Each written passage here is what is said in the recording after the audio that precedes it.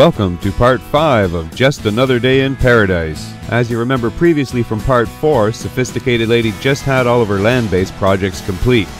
The rudder was fully rebuilt, the entire bottom sanded and prepped with 2-part epoxy primer and then anti-fouling paint applied after. All of the top sides were sanded and polished to a shine, and all new graphics applied. The lady is looking spiff.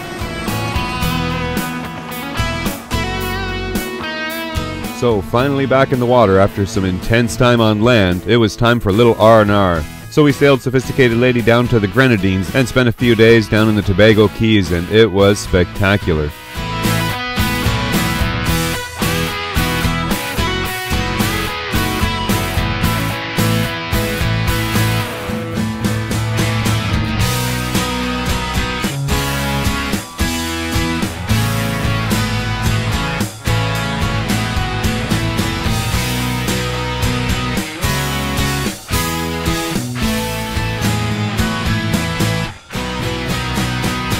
So when it was finally time to get back to the refit, we knew that St. Maarten was where we needed to be. Most of the next projects involve systems replacements and updates, and St. Maarten you can pretty much fix or replace anything right there. And St. Maarten is also home to our favorite marine chandlery, Budget Marine, and also IGY Marinas that we've been working with for quite a while. So one of the marinas had some vacancies as it was off season, so they put us in a slip right beside the tennis courts and the swimming pool at Ile de Sol Yacht Club. That was really cool. So finally back to our project list, the first order of the day was going to be our anchoring system.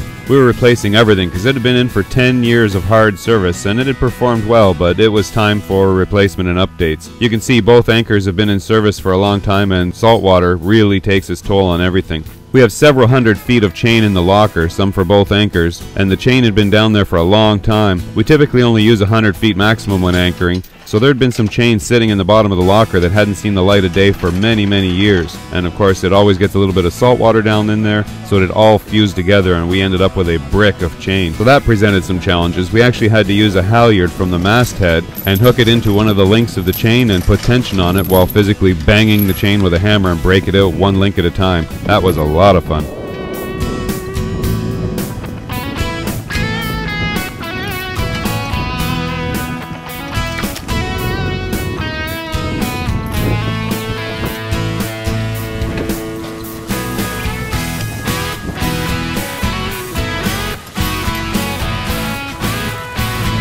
So with the bulk of the grunt work almost wrapped up, it was time to decide what anchors we were going to put in place of the old ones. So for that, we headed over to Budget Marine to talk to my friend Christopher Marshall, who's a resident expert on most marine systems there.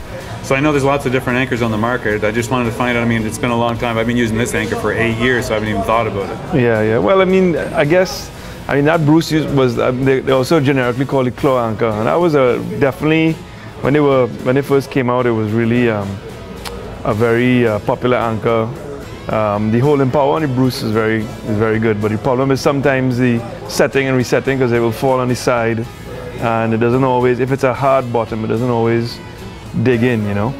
So what a lot of the latest innovation has really been what they call rollover anchors. There's a couple brands out there. You've got Rockner, you've got Manta and so on, but we do the Rockner anchors. And the thing about the rollover anchors is just, it's more, this bar is just really meant to make sure the anchor is always going to set properly. As soon as it hits the bottom, it's going to turn, face the right direction and set. And what Rockner's claim to fame is how fast it sets. It sets really quickly and it will reset itself pretty quickly. So there are a lot of options for anchors out there, and I wanted something that was going to be a substantial replacement and upgrade from my current configuration, which was the 44-pound Bruce and the 45-pound CQR that the boat originally came with. So I did my own research, as you should also, but I kept seeing the name Rockna come up everywhere, and it was always in the top 2 to 3 anchors, and it always had a great rating.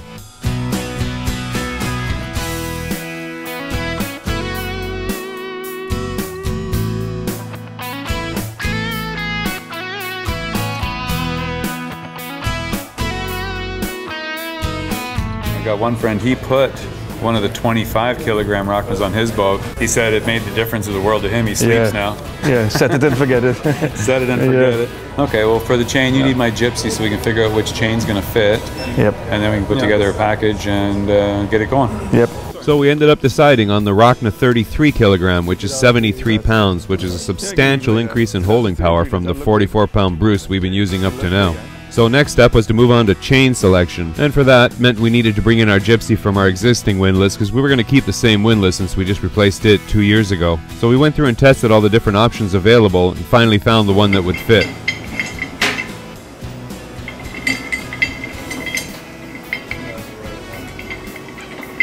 So with all of that settled, it wasn't too long before we were presented with our next major project back at the boat. And from the looks of this, you can just tell it's not good. But we'll let our crewmate Masha explain this one. Yesterday we need to run our engine to find out if we're good to go to sail. Of course, our trip to BVI being delayed. We ran the engine for a while and found out the transmission on forward, it's skipping. So we need to find out what's going on and fix it before we go, because we definitely don't want to ride with that. We ran the engine for about an hour yesterday to get our stuff going, like fridges and everything else.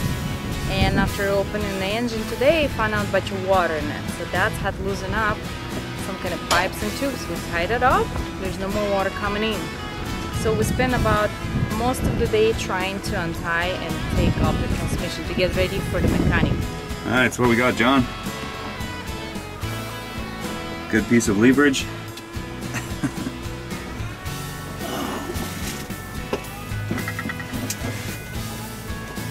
What's the prognosis? This is going to be a very tedious, long fucking job getting these up.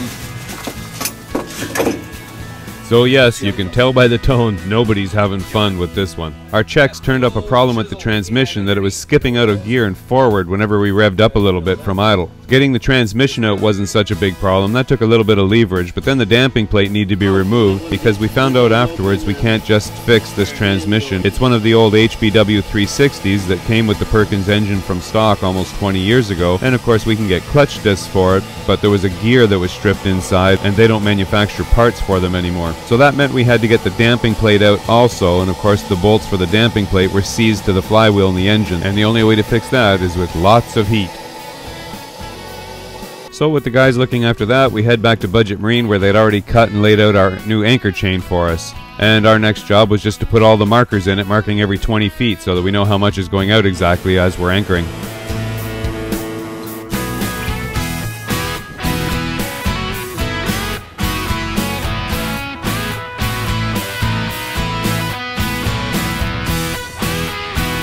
So with that job complete, we head back to Sophisticated Lady and start preparing everything for the arrival of all the new gear.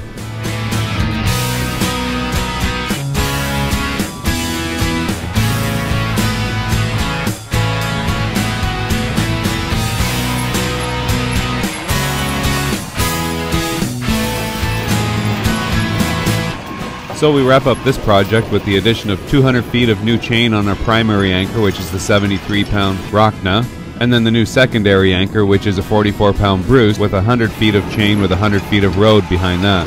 The transmission replacement legged on for a lot longer than we would have liked, but eventually we did find a suitable replacement in a ZF63 hydraulic drive. It was substantially bigger than the original, so that presented some issues itself just trying to get it loaded into position. But as you can see, Sophisticated Lady is fully mobile again. So that's it for this edition, but be sure and stay tuned. There'll be lots more coming on the refit in the near future, and we've got lots in store for you. So have a great day, and we'll see you next time. Bye for now.